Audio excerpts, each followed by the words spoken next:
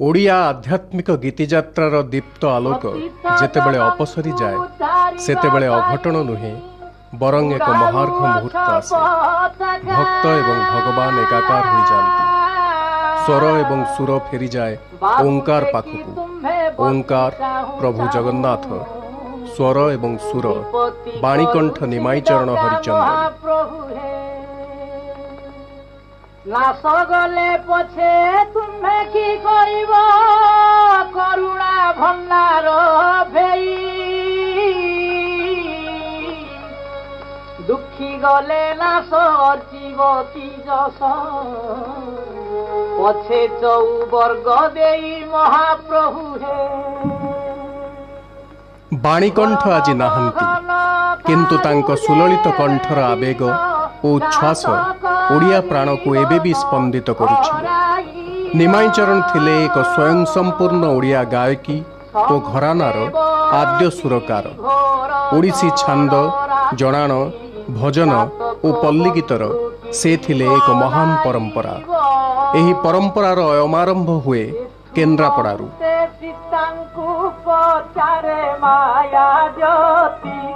कह कह सुंदरी तू कहार जुवती घोर बने आगो घोर बने गो बसियछु भय नाही मने गो।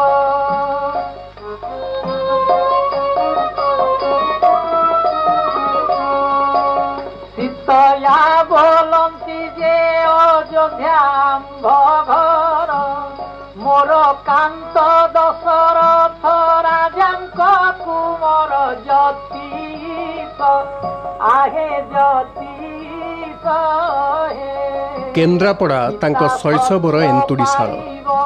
1901 जुलाई 9 तारिख रे केन्द्रापड़ार प्रसिद्ध जमीदार परिवार रे जन्मग्रहण करती निमाई। जोधपुर राजवंशर संगीत परंपरा उत्तराधिकार सूत्र रे प्राप्त होइथिला निमाई को।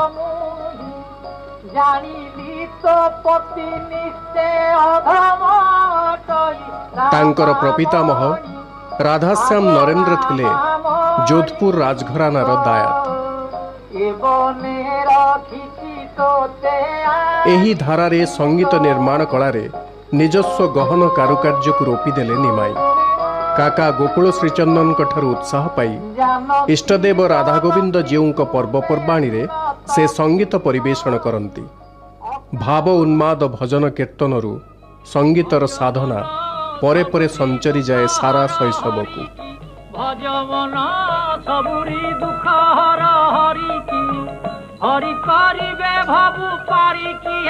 आश्चर्यर कथा यही जे परवर्ती काल रे गायन रे सिद्ध एवं पारंगम होइथिबा निमाईंक संगीतर दीक्षा आरंभ हुए बादनरू। राधा गोविंद जीव मंदिर पालटे तांको आद्य साधनार कर्मपीठ। कलार उपासक गिरिधारी जानांक ठारू से शिक्षा करती मृदंग। बाबाजी गंगाधर दासंक ठारू ढोलक बादनर कौशल एवं जगमोहन नायकंक ठारू तबला शिक्षा निमाईंक शैशव को सांगीतिकतारे भरी दिए। पिता वृंदावन चंद्रंक असुस्थता जोगु निमाई कटक आसंती और रासशिल्पी गोविंद सुरदेवंक सान्निध्य पांती। गोविंद परवर्ती समय रे तांको पहुंचांती प्रभुपाद मोहन सुंदर देव गोस्वामी पाखरे। रासदलर अब्याहति परे काका गोकुल श्रीचंदन प्रेरणा रे हिंदुस्तानी संगीतर अप्रतिद्वंदी गायक उस्ताद माधव राव ठारू दीक्षा नियंती। निमाईंक साधना मार्ग रे एतिक बेले आसंती संकीर्तनाचार्य बाबा रामदास ओ कलिकता। सेतेबेले कलिकता थिला संगीत संस्कृति एवं साहित्यर पुण्यपीठ। संगीतर अन्यतम पुजारी बाबाजी रामदास सह निमाईंकर केन्द्रापड़ा रे देखा हुए। देखार आंतरिकता एवं आत्मीयता बढ़े। परे परे निमाई बाबाजी रामदास सह कलिकता आसंती। सेठारे संगीत विशारदंक ठारू संगीतर शिक्षा पांती। गायनर दिशा आहुरी स्पष्ट और आलोकित हुए। संगीतर बंधु माने संखोली नेले तांकू एवं विधि निर्देश रे जीवन ही हला संगीत। रामदास ठारू से दुईटी कथा शिक्षा करते जहाँ को मते सी निजे कहते रामदास बाबाजी ठारू से शिक्षा करते गोटे देशप्रीति आउ गोटे है विभू प्रीति। देशप्रीति अनुजाई से स्वाधीनता संग्राम में अनेकटा साहाय्य करते एवं विभू प्रीति अनुसार से जगन्नाथ भक्त होकर से जगन्नाथ संगीत गान करी एवं विभिन्न प्राचीन छांद चौपदी संगीत गान करी ओडिशार जो शास्त्रीय संगीत ताको सर्वभारतीय क्षेत्र में मर्यादा प्रदान करते। जमीदारीर अवक्षय सांगकू निमाईंक दायित्व बढ़े जेतेबेले से आठगढ़ राजपरिवार श्रीनाथ सामंतଙ୍କ एकमात्र कन्या लक्ष्मीप्रिया विवाह करती। कलिकतारू कटक आसती निमाई और बंगालीसाही मठरे अवस्थान करी प्रोफेसर प्राणकृष्ण परिजा, डॉक्टर आर्तवल्लभ महांती और नित्यानंद कानूनगों परिवार रे संगीत शिक्षा दियंती। 39 ସାଙ୍ଗରେ ତାଙ୍କ ମୁଁ ଉପକୃତ ଯୋଗ କାରଣ ଆମେ ଏକାଠି ଏଇଠୁ ରହୁଛୁ। ତାପରେ ସେ ମୋତେ କହିଲେ ତୁ ତାବଲା ଶିଖୁ, ଏତେ ବଢ଼ିଆ ଖେଳ ତୁ ତାବଲାଟା ଶିଖୁ। ସେ ମୋତେ ନାଚି ଚିହ୍ନା କହିକି ତାବଲା ବୋର୍ଡ ଖେଳା ଲେଖିଦେଲେ ମୁଁ ଶିଖିଲି। କିଛି ସୁଧାରୀ ଶ୍ୟାମସୁନ୍ଦର ରହୁଥିଲେ, ସେ ଜଣେ ବଡ଼ ଭୋକାଲିଷ୍ଟ ଓଡ଼ିଶାର, ସେ ବି ମୋତେ ଶିଖାଇଥିଲେ। ଏଠି ଯେତେକ ଗୀତ ହୁଏ ତାଙ୍କର ପ୍ରୋଗ୍ରାମ୍ କରନ୍ତି, ତାପରେ ରେକର୍ଡିଂ ପାଇଁ ସବୁଗୁଡ଼ାକ ଏଇଠି ଆମେ ନୀଳ ସିନ୍ଧୁ ତୀରେ ନୀଳାଚଳ। ନିଜସ୍ୱ संगीत साधना किंतु जारी रहिथिला अविरत। 11 ଜାନୁଆରୀ 1933 बाणीकंठଙ୍କ ବିତଳକୁ आलिंगनକୁ रेकर्ड କରିଥିଲା प्रसिद्ध हिज मास्टर्स भॉइस कंपनी। परे परे ओडिया संगीत गाइबा पाई से आमंत्रण पाइले कलिकता आकाशवाणी केन्द्ररू।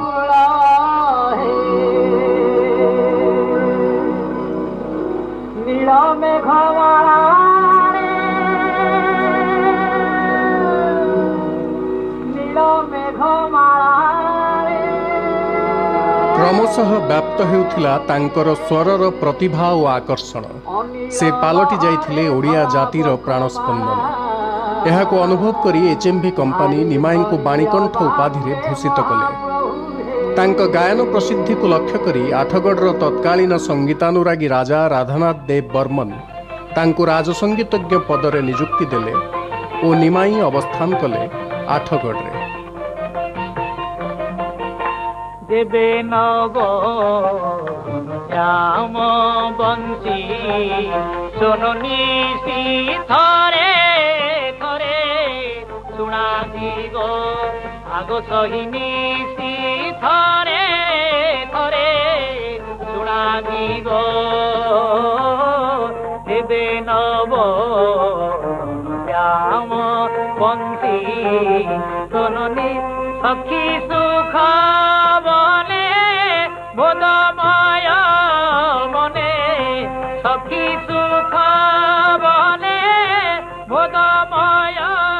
आठगढ़ रे से जेउठारे अवस्थान करुथिले ताहा एबे नामित बाणीकंठ भवन हिसाब। निमाईंक आठगढ़ अवस्थान समय थिला तांको सांगीतिक जीवनर उत्तरणर मुहूर्त। स्थानीय राधा गोविंद और श्री जगन्नाथ मंदिर रे नियमित गायन सहित एचएमवी कंपनी पाई तांकर बहु लोकप्रिय गीत गुड़िक एही समय रे रेकर्डिंग होइथिला।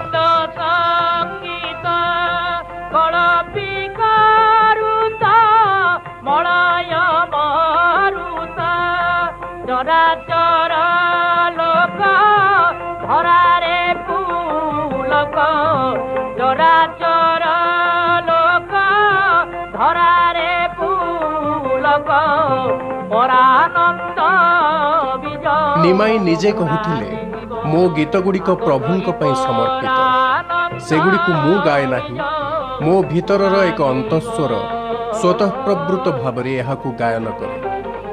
विभु आश्रित निमाईंकर मुक्त कंठ, स्पष्ट शब्द उच्चारण, गीतर भाव संचरण, गଳାର हाल्का कंपन और भेदिका स्वर तांको एक अनन्य गायन शैलीर प्रवर्तकर मर्यादा प्रदान कला।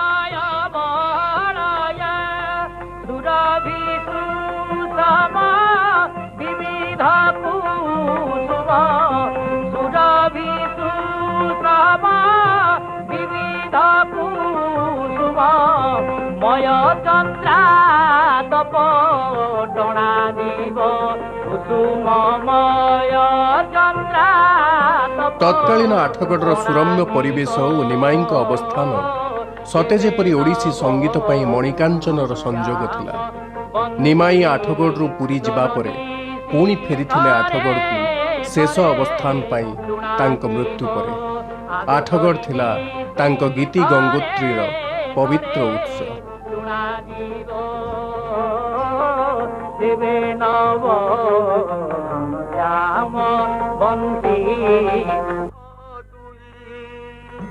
ସହୋଦର ଭାଇ ଉଭୟ ମଧ୍ୟରେ ଦୁଃଖ ସିନାସାର ସୁଖ ଦୁଃଖ ଦୂରୀ।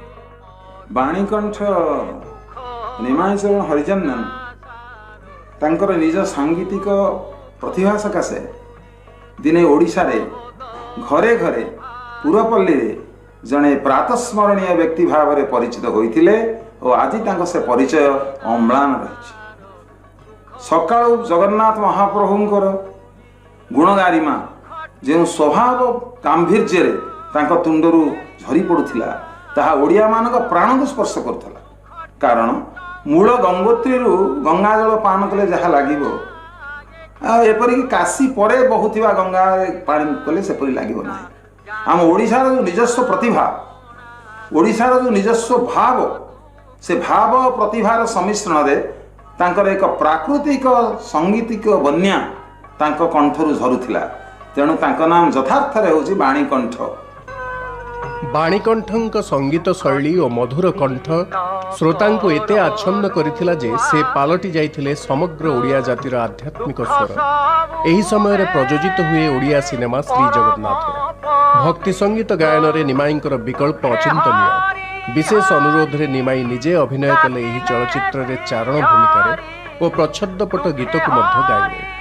1948 ଜାନୁଆରୀ 28 ତାରିଖରେ ପ୍ରତିଷ୍ଠିତ ହୁଏ କଟକ ଆକାଶବାଣୀ କେନ୍ଦ୍ର। କଟକ କେନ୍ଦ୍ରର ଉଦ୍ଘାଟନୀ ପ୍ରଥମ ଗୀତ ଗାଇବାର ମର୍ଯ୍ୟାଦା ଲାଭ କରିଥିଲେ ଲୋକପ୍ରିୟତାର ଶୀର୍ଷରେ ଥିବା ବାଣୀକଣ୍ଠ ନିମାଇଚରଣ ହରିଚନ୍ଦନ। ଗୀତଟି ଥିଲା ଶ୍ରୀରାଧା ବାତୁଳି ପ୍ରେମ ରତ୍ନ ତୁଳି ଘେନ ଚିହ୍ନରା ଗ୍ରାହକମାନେ। ଓଡ଼ିଆ ସଙ୍ଗୀତର ଚିହ୍ନରା ଗ୍ରାହକମାନେ ତାଙ୍କୁ ଚିହ୍ନିବା ଆଉ ବାକି ନଥିଲା ସେତେବେଳକୁ। ପୂଜ୍ୟ ହରିଚନ୍ଦନଙ୍କର ଗଳା ଏକ ସ୍ୱତନ୍ତ୍ର ଗଳା ଥିଲା। ମୋତେ ଲାଗେ ସେ ଯେମିତି ଏକ ଜଗନ୍ନାଥଙ୍କ ପାଇଁ ସମର୍ପିତ ଗଳା ଥିଲା। ସେ ଗଳାର ଏପରି ଏକ ସ୍ୱତନ୍ତ୍ରତା ଥିଲା ଏ ପର୍ଯ୍ୟନ୍ତ ତାଙ୍କ ପରେ ସେପରି ଏକ ଗଳା ବାହାରି ନାହିଁ ଓଡ଼ିଶାରେ। ଆଉ ଗୋଟେ ବଡ଼ କଥା ହେଲା ସେ ଗଳାରେ ଏତେ ରେଞ୍ଜ ଥିଲା ଯେ ସିଏ ଗାଇଲା ବେଳେ ତାଙ୍କୁ ଶୁଣିଲେ ଆମେ ଚିନ୍ତା କରିପାରୁନଥିଲୁ ଯେ ସେ କେଉଁ ପର୍ଯ୍ୟନ୍ତ ସେ ଗଳା ପହଞ୍ଚି ପାରୁଛନ୍ତି। ତାର ଗୋଟିଏ ଦୃଷ୍ଟାନ୍ତ ମୁଁ କହିବି। ରାଣୀ ସୁଖଦେଇ ଗୀତିନାଟ୍ୟ ରେକର୍ଡିଂ ଚାଲିଥାଏ ଏଇ ପୁରୁଣା ଆକାଶବାଣୀ କେନ୍ଦ୍ରରେ।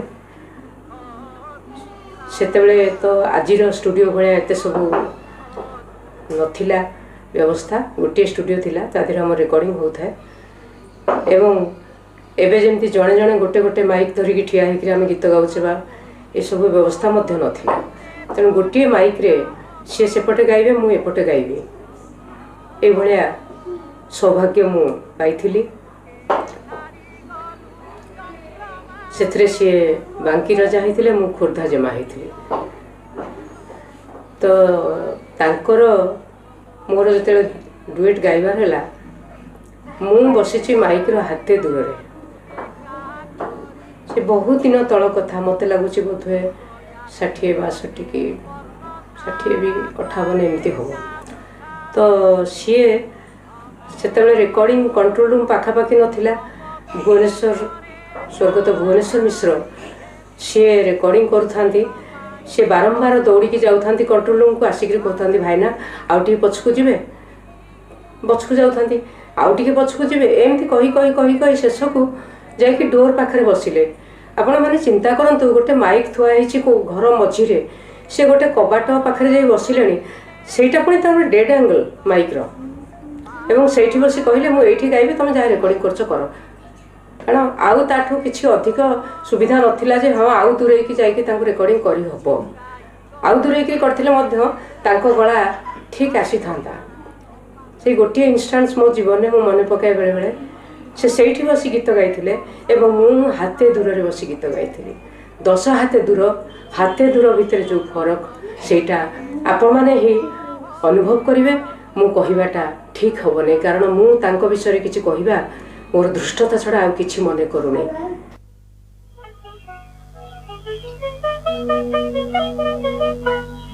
राधा बातुड़ी प्रेम तुड़ी गो राधा बातुड़ी प्रेम तुड़ी भेन चिन्ह राग्रा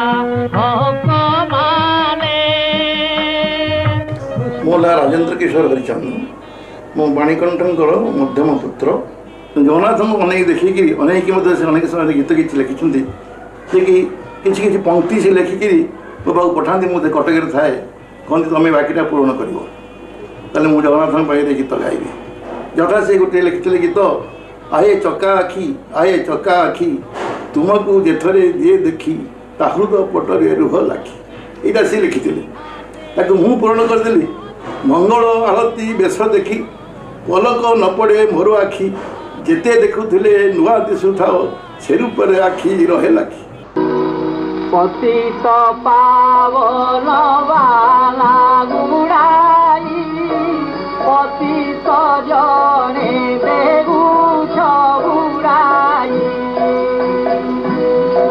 पति जगतर कर बढ़ाई पापी मुखी जाए आखि एड़ाई भजन करो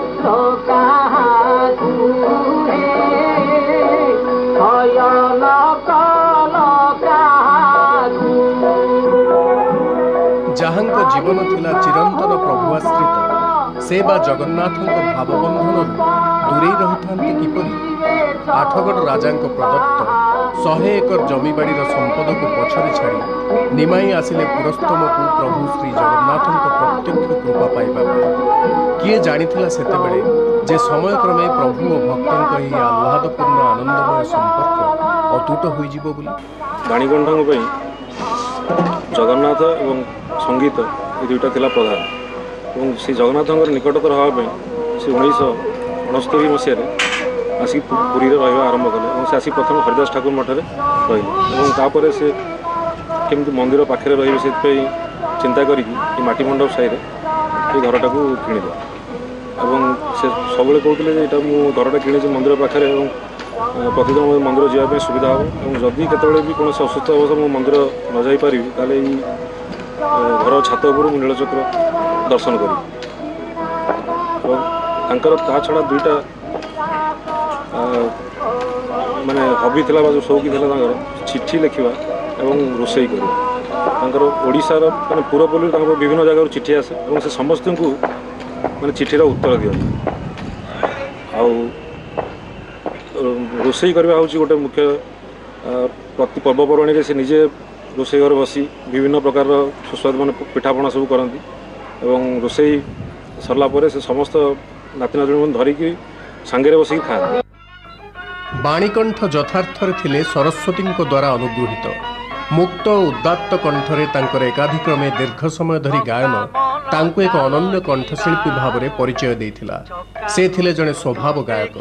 ପ୍ରଚଣ୍ଡ ବିଭୁ ଆଶୀର୍ବାଦ ବିନା ଏଭଳି ପ୍ରତିଭାର ସ୍ଫୁରଣ ଦେଖିବାକୁ ମିଳେ ନାହିଁ। ପୁରୀରେ ଅବସ୍ଥାନ କରିବାକୁ ନିମାଇଁ ଜଗନ୍ନାଥଙ୍କର ଇଚ୍ଛାପୂର୍ତ୍ତି ବୋଲି ମନେ କରିଥିଲେ। ଜଗନ୍ନାଥଙ୍କ ପାଇଁ ଭଜନ ଓ ଜଣାଣ ଲେଖିବା ଓ ଗାଇବା ହିଁ ପାଲଟିଗଲା ତାଙ୍କ ବଞ୍ଚିବାର ଯଥାର୍ଥତା। ଆଖିରୁ ଧାର ଧାର ଲୁହ ଝରି ପଡ଼ୁଥିବ ଓ ବିହ୍ୱଳ ହୋଇ ନିମାଇଁ ଜଗନ୍ନାଥଙ୍କ ଭଜନ ଗାଇ ଚାଲୁଥିବେ। ଶ୍ରୀମନ୍ଦିରରେ ଏଭଳି ଦୃଶ୍ୟ ଥିଲା ନୈମିତ୍ତିକ। ପ୍ରଭୁ ଭକ୍ତଙ୍କୁ ଆହୁରି ପାଖକୁ ଆଣିବାକୁ ଚାହିଁଲେ। ପୁରୀର ଗଜପତି ମହାରାଜା ଶ୍ରୀ ଦିବ୍ୟସିଂହ ଦେବଙ୍କ ଦ୍ୱାରା ଅନୁମତି ପ୍ରାପ୍ତ ହୋଇ ବାଣୀକଣ୍ଠ ଜଗନ୍ନାଥଙ୍କ ଚାମର ସେବାର ସୁଯୋଗ ପାଇଲେ। प्रतिदिन अति प्रभातरू प्रभुଙ୍କ मंगल आरती बेले निमाई चामर सेवा सहित सुललित कंठरे भजन गायन करी समग्र परिवेश को आध्यात्मिकतार अमृतमय कर देउथिले। निमाई जने हरिचंदन श्री देवंशर जन्म जगन्नाथ गीत गाइला बेले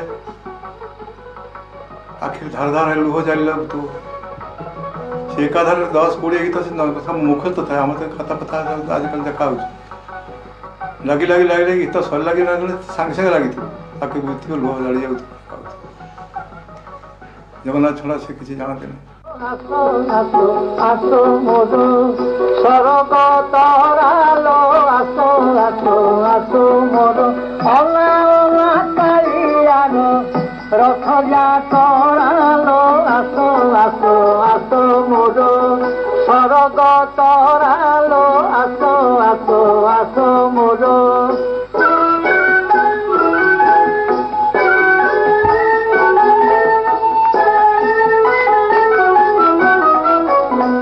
पड़ी आजी बंधा अंटा गुड़ी छंदा पड़ी आजी बंधा अंटा गुड़ी छंदा 22 पहाचे लागे भिड़ालो तरालो आसो आसो आसो मोर सरग तरालो आसो आसो आसो मोर। जने स्वभाव गायक थे जमी स्वभाव कवि गंगाधर थे से इज ए नेचुरल सिंगर से जो गाँती हारमोनियम नॉन स्टॉप गाँती गोटे गीत सरला आर गीत पचे पचे सागे सागे लगी जाए आ गीत गुड़ाक सब मुखस्थ थाए एवं गोटे पर गोटे गोटे पर गोटे गीत गाई जाए गीतर स्वर को मुझे अनुसरण कले बहुत दिन पर मुझे देखिए से पारंपरिक स्वर रखिंट भगवान गोटे अद्भुत कंठ देते जो बाणीकंठ भी कहुला 1933 मसीह बीतल को आलिंगन करिजान विश्ववन ये गोटे भल कथा मोर मन पड़ जाते गृहस्वामी गृहिणी ठारू स्नेह रूपक गाड़ी शुणी माने जो ऑफिस जाइल तुम एमतिया भूला मन से रेकर्ड खंड के आनलनि एपरा घर बाजुची आम टे बजातु ना कौन कर ऑफिस काम चली आईनी एमती प्राय लोक शुणाती जी किणला से विशाल पुआलिंगन करिजान विश्ववन हरे सुरवर ताप तारु धाराते गायनर 3टी पर्याय आकृति छटा और प्रतिभासरे सिद्ध हेबा परे बाणीकंठक पश्चाधापन करुथिला लोकप्रियता और सम्मान।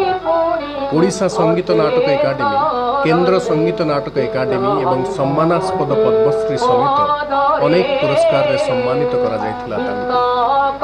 1983 मसीहा जुलाई मास 19 तारिख श्रीजीउंक पवित्र बाहुड़ा यात्रार पूर्व संध्या गुंडीचा मंदिर रे प्रभुंक दर्शन बेले निमाई कहि उठिथिले, हे प्रभु बाहुड़ा रे मते बाहुड़ाई नियो।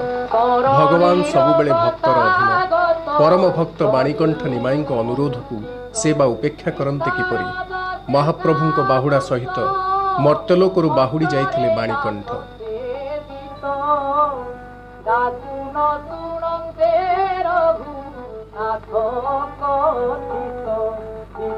बाणीकंठ थिले ओडिया जातिर एक गभीर और प्रशांत आस्था और आश्वासना। से आस्थार मृत्यु नाही, से प्रदीपर निर्वापन नाही।